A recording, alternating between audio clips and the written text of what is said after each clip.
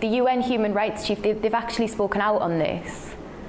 They make many things. I mean, Mr. Antonio Guterres, this personality, I think it's one of the maybe very important personalities since the foundation of the United Nations now.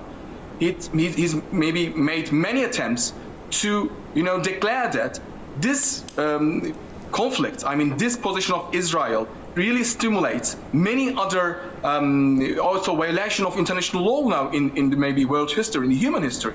And how we can, Mr. Netanyahu, explain such a position, even in Great Britain?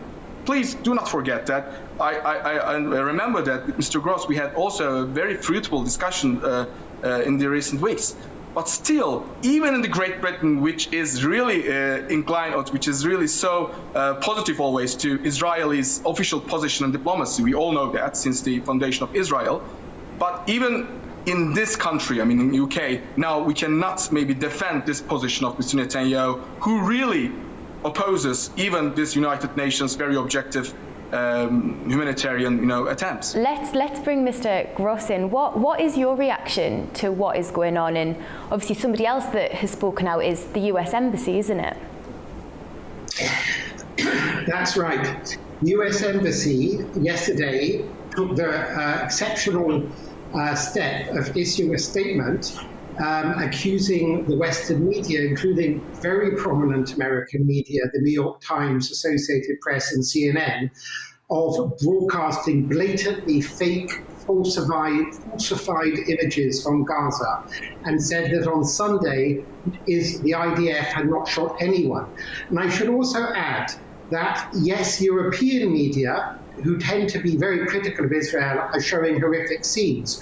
But if you watch other media, you get very different scenes. For example, in India, they have broadcast footage of Hamas gunmen opening fire at Gazans trying to go to get food from the new Gaza Humanitarian Foundation food distribution points. Now, what's going on here? Clearly, there is great suffering for many people in Gaza. But there is also an exceptional amount of food and aid going into Gaza. In the last 3 days, according to the United States, 900 trucks of food and aid have entered Gaza.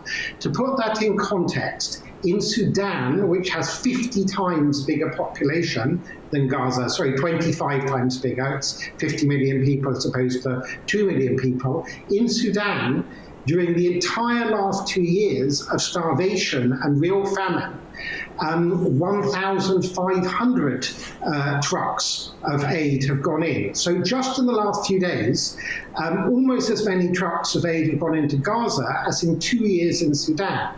So what Israel and the United States and others say is there is ample food in Gaza, and what's happening is that Hamas, in collusion with elements of the United Nations, and we know that elements of the United Nations collude with Hamas. They themselves have admitted it. Some UN personnel participated in the October 7th attacks. In other cases, you had UN staff helping rocket launching crews fire rockets into Israel. So what America and Israel say, which is why they've set up this alternative mechanism, is the UN is totally compromised by Hamas, and Hamas used the food being given by being sent into Gaza to keep a grip over Gaza. And the reason that the Hamas and some of their allies in the UN are sort of desperately making up and fabricating. Let's think about this alternative mechanism now. Now, this is the second reported incident in 3 days. Surely there's questions for Israel in terms of this mechanism and how Israel distributes aid. Is it working if we're getting 2 of these reported incidents? Well, clearly it's still a work in progress. First of all, I could say about half of the food in Gaza is still distributed by the UN, about half by this new mechanism. The mechanism's been running a few days. It's hard to know whether it will succeed, but the idea behind it is to wrest control away from Hamas, to distribute food directly to Gazan civilians so it's not hoarded by Hamas, that use it to maintain a grip on control on the population.